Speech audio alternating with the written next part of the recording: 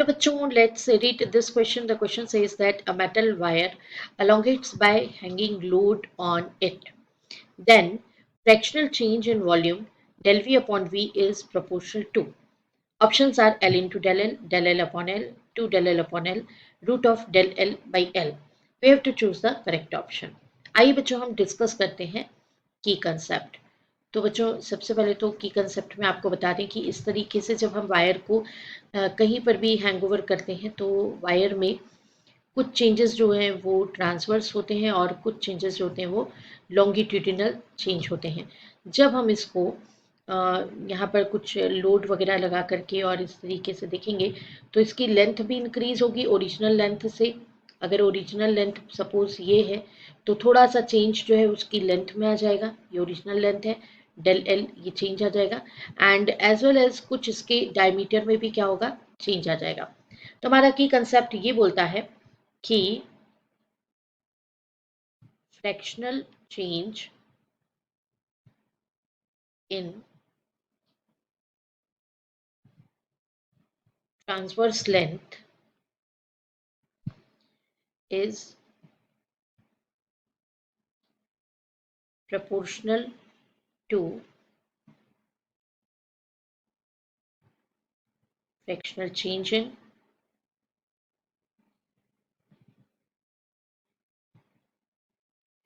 longitudinal length. इस तरीके से दोनों ही डायमेंशंस चेंज होती हैं, ट्रांसवर्स एंड लॉन्गिट्यूडिनल। तो हम इसको ऐसा लिख सकते हैं del D upon D is proportional to del L upon L. Proportionality sign remove करेंगे हम, del D upon D is equals to mu del L upon L.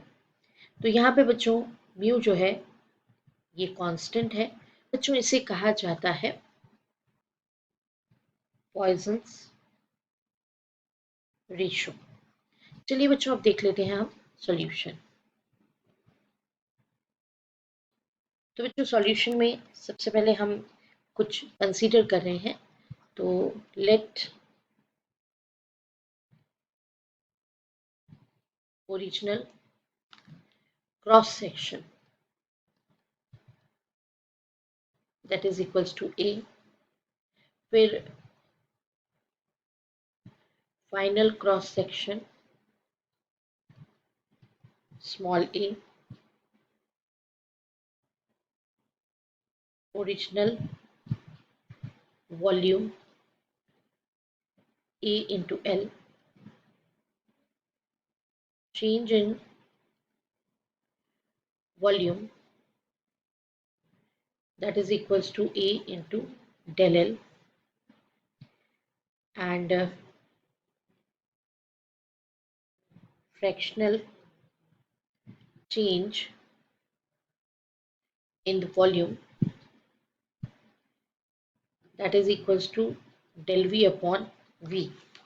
Value substitute करेंगे बच्चों तो ये होगा A into del L upon capital E into L। तो since volume के terms में डेल V अपॉन V ये वैल्यू होगा। वॉल्यूम कैसे कैलकुलेट करते हैं, तो ये सिलेंड्रिकल फिगर है तो पाई बाय 4 ये डी डैश हम इसका वैल्यू ले लेते हैं, D dash upon pi by 4 into D square del L upon L.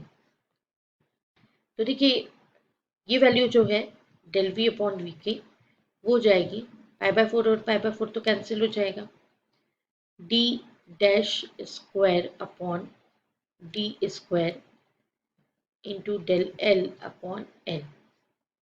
ये ट्रांसवर्स चेंज है डी के टर्म्स में और एल के टर्म्स में लॉन्गिट्यूडिनल चेंज है। यहाँ पर डी डैश जो है वो ओरिजिनल में से जो चेंज हुआ है उसको माइनस करने पे आएगा, मतलब डी माइनस डेल डी। क्योंकि हम जानते हैं लेंथ अगर इंक्रीज हुई तो जो डायमीटर्स होंगे वो कैसे होंगे, रिड्यूस हो जाएंगे। तो इसका डी डैश का ये वैल्यू हम इस एक्सप्रेशन में सब्स्टिट्यूट कर देते हैं। Substituting this value in above expression. इससे बच्चों हमें फाइनली क्या मिलेगा, तो del V upon V is equals to D minus del D square upon D square and del L upon L. ये a माइनस बी के होल स्क्वायर से open करेंगे तो then we get D square minus two D into del D plus del D का square and whole upon D square and multiplication में del L upon L. Since del D is very small, ये बहुत छोटा change होगा, तो therefore जो del D का square है वो कैसा हो जाएगा, वो निग्लिजिबल हो जाएगा. तो हम इसको निग्लिजिबल ले लेंगे.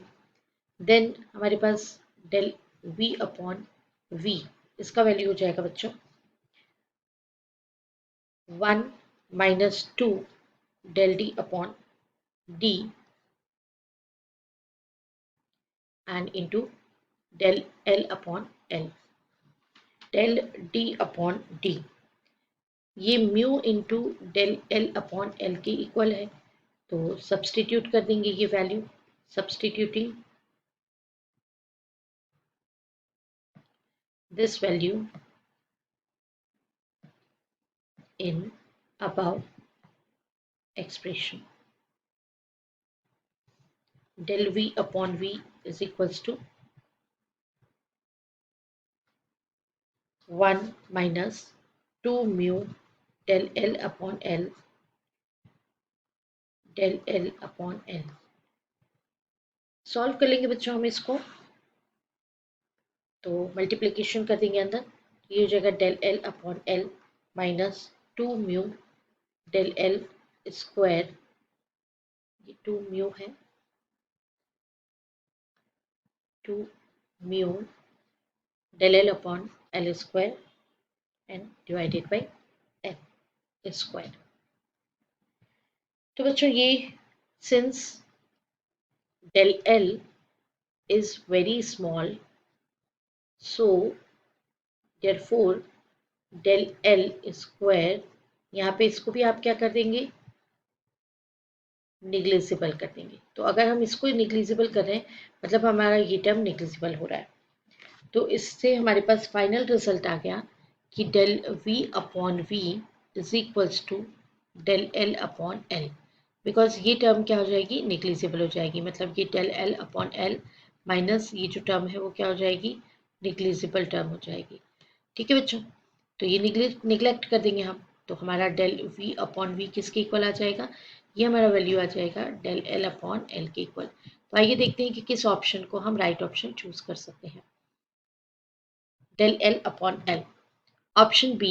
This is the right option. I hope you understood it well. Best of luck. Thank you.